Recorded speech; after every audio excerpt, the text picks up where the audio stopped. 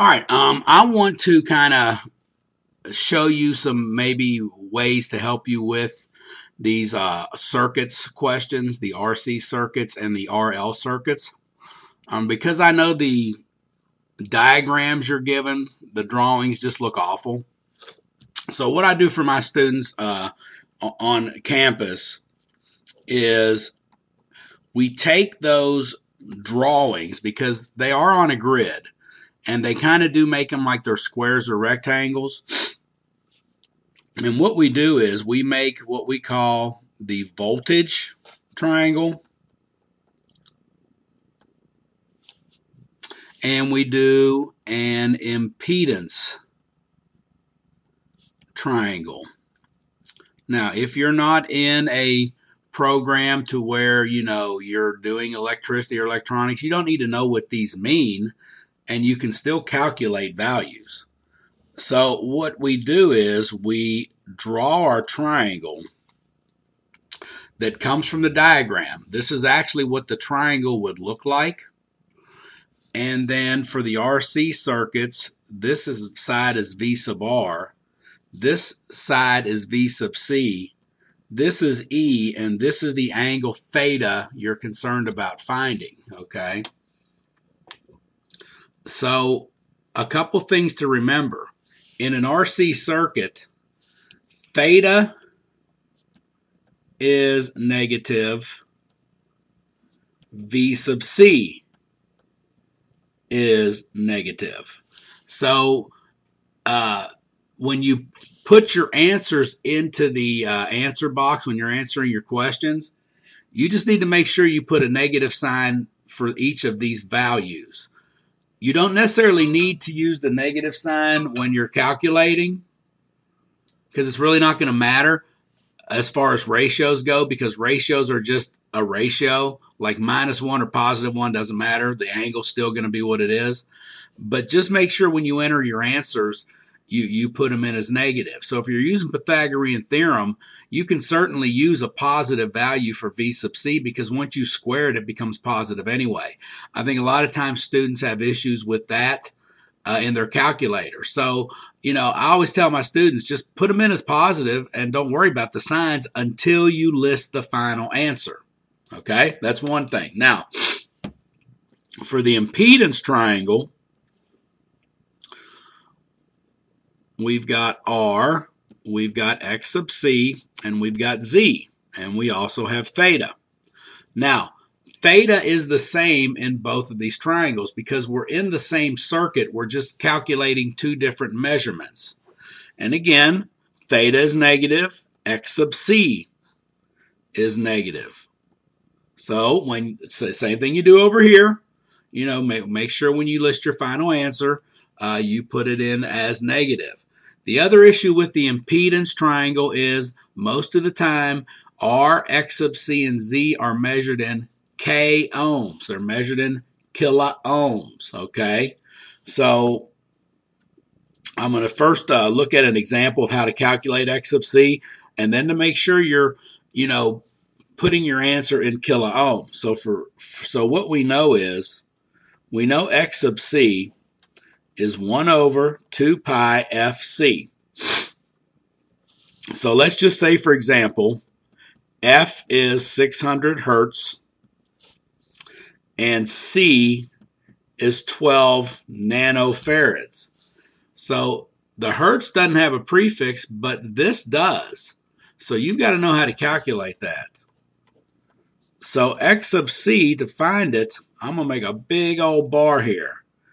And I'm going to take, and on my calculator, 2 pi, all right, times 600 times 12 times 10 to the negative 9th power. Okay, and you're going to get a terribly small number once you do that. Okay, so depending on your calculator, all right, 2 times pi times 600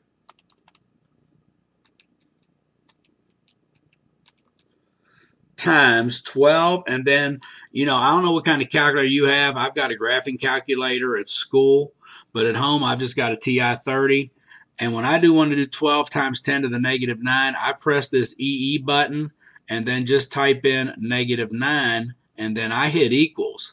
And that's the number I get right there, 0.000045239. Now, you can write it down here, but you can also, because remember, you got to take 1 divided by that.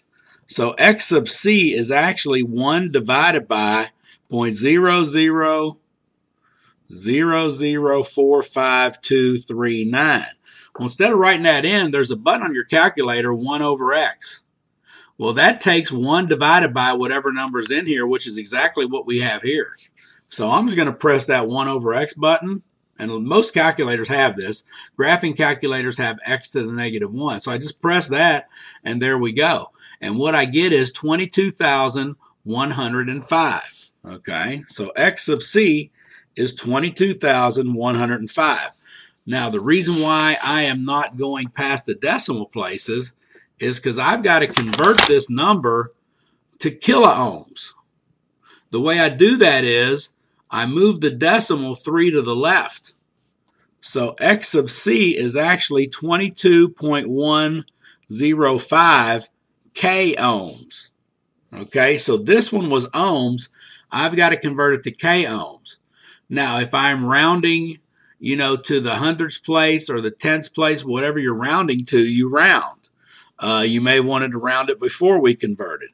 So in this case, x sub c is 22.1 k ohms. Now, for answer purposes, I got to put a negative in there because it's a negative measurement. Okay, so that's something that you need to practice getting that correct, because if that's wrong, everything else is going to be wrong. So that's very important. Watch this video several times. Try it on your calculator till you see you get it right. But, there's lots of things to do, and I know it's confusing, especially if you're not used to working with these values. But, this is the class. It is a technical math class. So that's RC circuits. Now, you use your trigonometry, and I forgot to mark my right angle up here, but you use your trigonometry as you did, in the trigonometry section to find these values. So if you're having problems with your trigonometry, that's another whole nother issue. Look at the video I sent out last week, or there's examples of these in the RC circuit section where the person that created this class before me did some examples, and I've also done examples. So look through those. But I just wanted to send this video out to kind of give you an understanding of maybe something to help you create these triangles. Now, the other type of circuit that you'll encounter are the RL circuits. Now, the good thing about the RL circuits are they're drawing, everything's positive. So these are the triangles. Again, we have a voltage triangle, and it looks like this. The reason why it looks like this is because the phasor, which is E, is in the first quadrant. So then in the voltage, you have V sub R, V sub L, and you have the angle, and there's your right angle. So everything is positive here, and that's good. You don't have to worry about it. For the impedance triangle,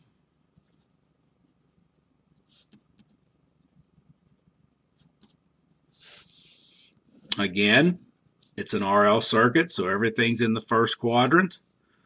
We have R, we have X sub L, not C, sorry, it looks like a C, and we have Z. So angle are the same in both triangles.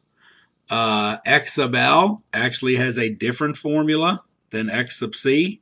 It's 2 pi times the frequency times L.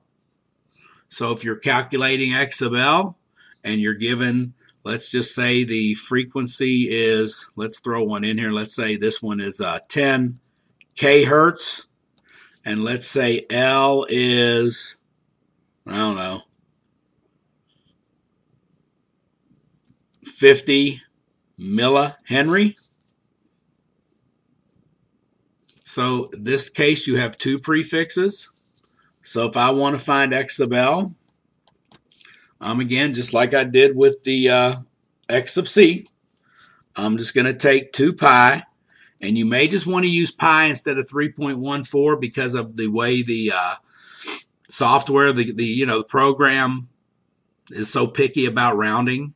I usually tell my students in class just to do 6.28, but it may not work here. So you may want to try to do as much on your calculator and do not round until the end. Same thing with your trig ratios. Carry those out to 4 decimal places. Don't round until the end. That way you won't be so frustrated with your final answer being off like, 0.5 or something. So just don't round to the final answer. Then I'm going to take that times my frequency, which is 10 times 10 to the third, or 10,000. That's what that means. 10K means 10,000.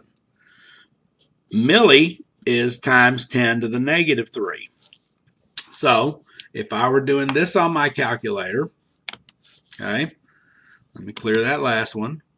I take 2 times pi times, and then I got to do 10 and use my EE button to the third. That's not 10 to the third. That is actually 10 times 10 to the third.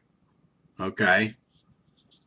Times 500 EE, and again, EE is giving you the power of 10. Don't put in a times 10. This means times 10 to the negative 3. And then what I get is 31,415.9.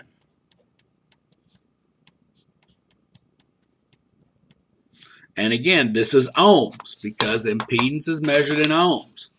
So we have to convert that to K ohms. So if I look at this, this would be, I'd move the decimal left 3, 31.4159 kiloohms. And then whatever I'm rounding to, if I'm rounding to the tenths place, it's 31.4 K ohms. If I'm rounding to the hundredths place, some of y'all need to practice your rounding, that would become 42.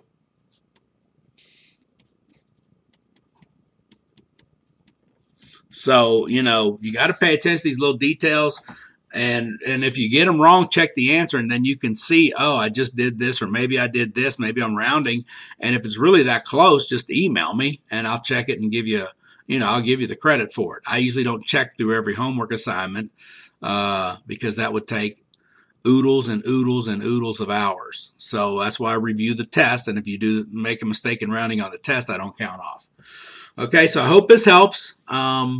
Again, there's plenty of more examples. I won't say plenty, but there's more examples in the RC circuit video section and the RL circuit video section.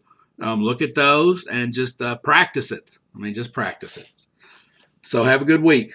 I haven't sent out an email reminder yet, but exam 2 is due on or before March 16th. That is during spring break, so if you want to wait till then to take it, you can. If you're going out of town or something, then just take it earlier. So take care, and I hope you're successful with this stuff.